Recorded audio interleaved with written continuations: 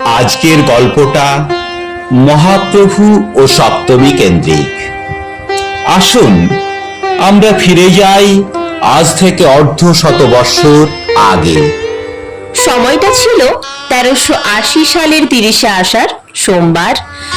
অন্ধকার যত গাঢ় হচ্ছে, আলোর রোশনায়ে ভরপুর শ্রী শিবানন্দ সাহার বসত বাড়ি। কি বুঝলেন না তো? আরে, আজ শিবানন্দ সাহার জ্যেষ্ঠ কন্যা সপ্তমী, শ্রী হরিদাস সাহার দ্বিতীয় পুত্র মহাপ্রভু গাঁটছড়া বাঁধছে যে। একেই বলে বিধিলিপি।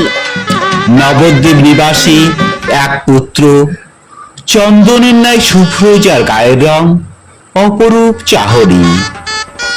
সে বাধা পড়ল প্রত্যন্ত গ্রাম কেচুয়াডাঙ্গা নিবাসী, রন্ধন শিল্পে পারদর্শী এক কন্যার বাহুডোরে। শুরু হলো তাদের প্রেম দর্শন, শুভ দৃষ্টি, মালা বদল, হস্তবন্ধন, সিঁদুর দান।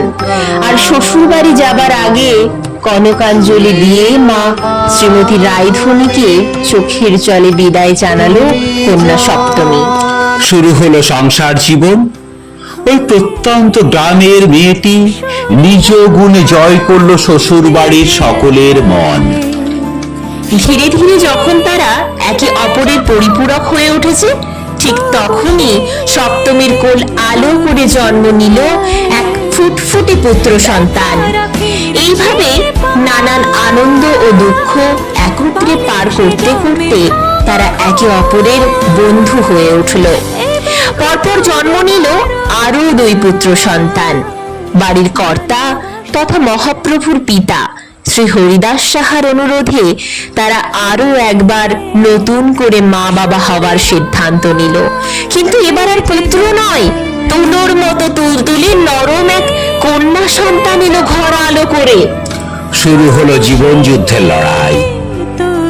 বিয়ের প্রায় 1 যুগ কেটে গেছে। নিমায়ের স্থান নবদ্বীপে। এরপর ব্যবসা সূত্রে সংসার শুরু হলো করিমপুরে।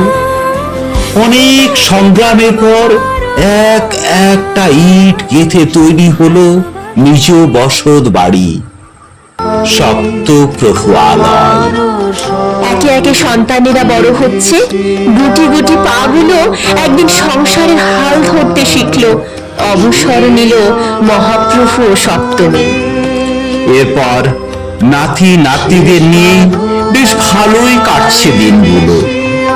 এই এত দূর যাত্রাপথে কখন যে দুজন দুজনকে এতটা ভালোবেসে ফেলেছে তা বুঝতেই পারেনি তারা।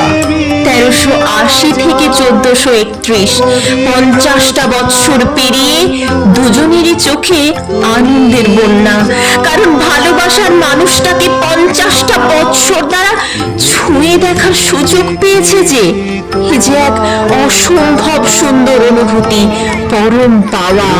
এভাবেই মহাপ্রভু সপ্তমী হয়ে উঠল আমাদের কাছে সপ্তপ্রভু। আমরা চাই এভাবে 1000 বৎসর তোমাদের এই সুন্দর ভালোবাসার অনুভূতিগুলো বেঁচে থাকুক সকলের মনে।